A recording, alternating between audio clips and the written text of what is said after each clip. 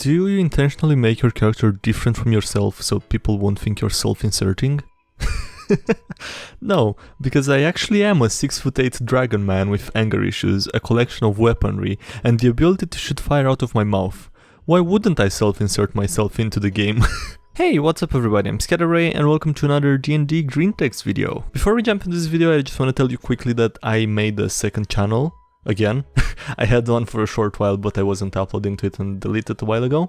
I'm not gonna delete this one, so there's a pinned comment to it. Check it out, subscribe to it. We'll be posting random stuff that I don't feel like posting on this one there. And yeah, without any further ado, enjoy the video. Wait, is self-inserting actually a bad thing? Like, I wouldn't see why it would be, but I'm just asking. Hi, me from the future here with a bad announcement. I figured out why self-inserting might be a bad thing while I was scrolling down, and I noticed this was posted in another subreddit. I just clicked out of curiosity to see where else was it posted, and I saw this. One of my favorite games was with my old tabletop group before I moved out of state. There were 5 of us, including the DM. So the other 4 would design a character that they thought would best represent the 5th. Therefore, A, B, C, and D would design E, B, C... Oh! Okay, I get it, okay. So A, B, C, and D would design E. Then B, C, D, and E would design A. And then C, D, and yeah, you get it, right? The 5 of us then proceed to have a 20-session long campaign. Yes, we had a DMPC, and it was a blast because of the blatant self-insertion into the game. Most fun game ever. Yet... yeah, most of the time full-on self-insertion seems to be little more than edgelords or power fantasies that are seeking their fun, regardless of, or often at the expense of, the fun of the rest of the group. Healing potion. Are there other effective ways of taking healing potions other than drinking them? Maybe as a topical agent for wounds? Can they be IV injected? Does it have antiseptic properties? Can it be poured directly onto wounds without the risk of an infection? Does it have a generic name as opposed to heal potion? Any contraindications or interactions with other potions? What are the signs of an allergic reaction? Fighter. I drink my grand healing potion. Unfortunately, the potion is too powerful. It will cause tremendous pain if ingested and may cause poisoning. Okay, I'll use it like a topical ointment. The contents have acidic properties when oxidized. If you put it on your skin, it will start to burn and may cause skin deterioration. What? Okay, I inject it.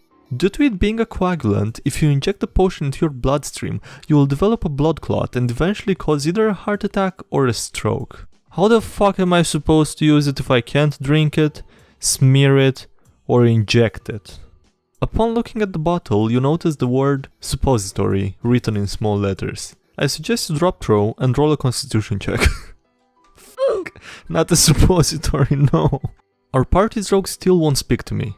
You'd think she'd be more appreciative I saved her from the dragon. Listen, the dragon is at half health and you're almost dead. Let me jam this glass bottle up your ass. At least you only have to do it once. Some poor alchemist had to go through a process of shoving things up his ass to see what works. A wiser alchemist would do this on test subjects, not themselves. But how would the alchemist acquire its likely unwilling test subjects? Well, hire a crew of murder hobos to do the legwork for you, of course. Cue the one-shot campaign of how healing pots were made. You have to be thankful that healing comes as a potion, not as a suppository. I guess don't... we shouldn't take the potions for granted. Last session was the first week of October. Group of 7 of us. 4 of us always make the session early and ready, while the others are either late or leave early. Only get to play roughly once every month. 2 won't be playing for the next 6 months, the other hardly responds to the group chat. Talk to DM that we should just play with the 4 people that always make it. He says he'd rather do it with 5 people. The 5th person he's waiting on hasn't responded to his texts for the past month. This has been one of the best campaigns I've been a part of for a while, but sometimes I f***ing hate our DM. Another player and myself are going to speak to him again, but I know he'll just vomit out the same excuse he gave me. Is by any chance your DM also uninterested in playing? Or am I reading this whole thing wrong? That's what I get from it. And oh hey, look at this, there's a solution for this. First guy commented. I mean, it's basically the most obvious thing you could think of, right? It's just find a different campaign to play in, but yeah. This guy just made a campaign with the 4 players that were actually showing up, because the DM was one of the ones that wasn't showing up. And one of them offered to DM instead, and they just made Gestalt characters. Gestalt? I don't know how to pronounce it, but it's basically you choose 2 abilities and 2 classes every time you level up. I never played in a campaign with Gestalt characters, but if you have any stories from it, let me know in the comments or on the subreddit. I feel like that could be actually fun, or for a while at least. Be me. Find 5th edition game with high CS team on Roll20. Finally, get chance to play super charismatic but hot-headed pirate captain like I always wanted. Do text roleplay on Discord after intro session. Decide to, in character, flirt with female PC. Maybe go a bit too far. Their player and everyone else acts like my guy just swung and missed and don't say anything out of character to stop me. Live for an hour. See, I'm no longer in Discord or Roll20 group. No warning or message or anything, just banned. Realize what I did wrong and want to apologize. Try to contact DM but receive no response. He's probably blocked me. I'm not the asshole here, right? It seems pretty rude of the DM to not even tell me what I did wrong or let me apologize, right?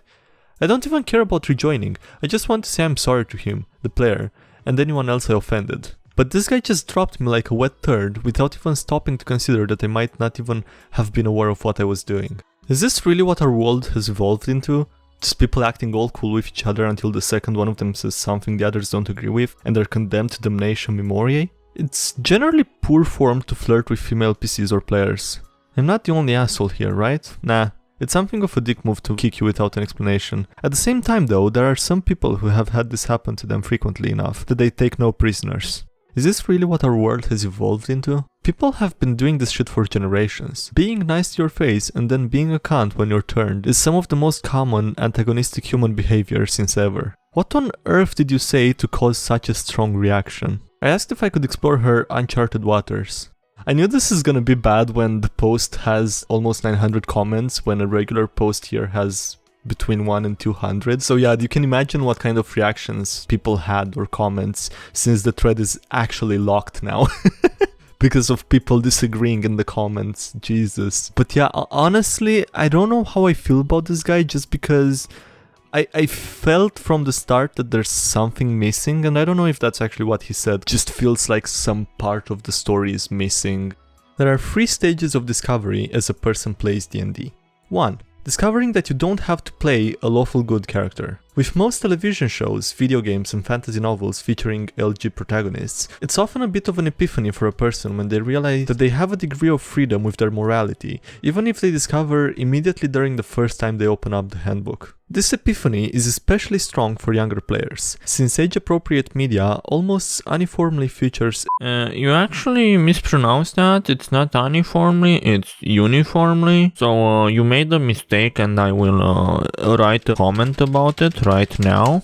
Uniformly features LG protagonists, and it's a bit of a leap of brain processes when they realize that even though the DM wants them to save the town, they can burn it down instead. For some people, realizing they can play an evil character, or even just that they can commit evil acts, leads them towards exploring these options. And some people even end up preferring them. Tabletop role-playing games allow a degree of freedom that other games don't provide, and being able to be truly dastardly rather than just picking the evil option in a WRPG dialogue section, they can systematically ruin someone's life, for example, is appealing to many people. Stage 2. Discovering that lawful good is the worst alignment. Most people find that anyone who plays the lawful good character inevitably ends up getting fucked somehow. They're in bed with 2 women. Law and good, and they're both of the jealous type. Trying to please one will eventually offend the other, and choices will have to be made with painful consequences. While a chaotic evil or neutral evil character can do anything they wish, just like a chaotic neutral and true neutral can, but is less inclined to do evil things, being good places restrictions on your actions, and being lawful places even more restrictions. Worst of all, being good and lawful combined means that every action you make has to be measured and calculated. Playing lawful good is like playing with a collar around your neck with 2 leashes in 2 different people's hands. 3. Discovering that lawful good is the best alignment. This is a discovery not everyone makes, not just in role-playing games either. Countless people live and die without realizing the simplest of truths. Lawful good is not adhering to law, nor is it adhering to good. It is following lawful good, a perfect construct that combines the compassion, righteousness, and devotion of good with mercy, justice, and discipline of law.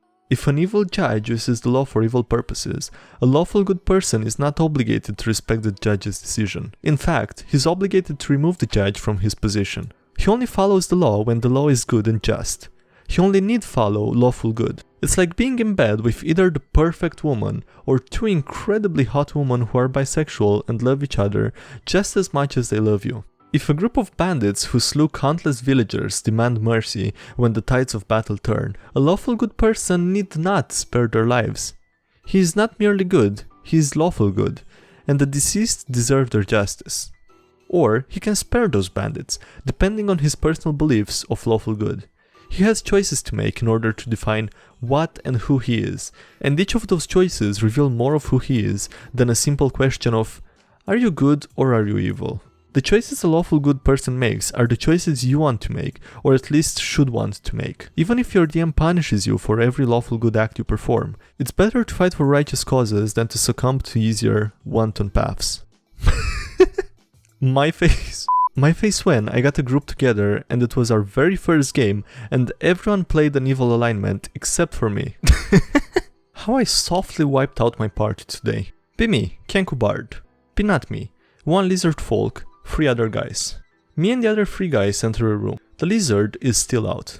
We rob 2 mummies, waking them up. I cast sleep, hoping to put everyone in the room asleep, so that our friend can drag us out, one at a time, and flee the danger. We all fall asleep except for the lizard outside, and the 2 mummies that have immunity to sleep. Dev.x. Fuck. To be fair, I don't think that's your fault. I don't think I would blame you for that. Can you imagine a Kenku Bard using vicious mockery by repeating what the enemy said? Like, you're tiny. You're tiny. I do it a bit differently. It goes like, you're tiny crap, also dancing around a lot. Wait, do Kenkus dance? Why do Kenkus dance? Alright, that was it for this video, but if you want, come hang out on Twitch. I'm live streaming right now if you watch this video right when it was posted, and for the next couple of hours. We'll be hanging out, maybe playing some games depending on how it goes. If you wanna come hang out, there's a link in the pinned comment, and yeah, maybe I'll see you there. Very importantly, don't forget to subscribe if you're not subscribed yet, and leave a like to this video, because that's the only way that you will get 5 natural 20s in a row, so you don't want to miss out on that. It's a one-time offer. Big thank you to everyone supporting the channel on Patreon, really appreciate it. Links below to the Discord, subreddit and other social media, and yeah, I'll see you next time. Have a great day, bye.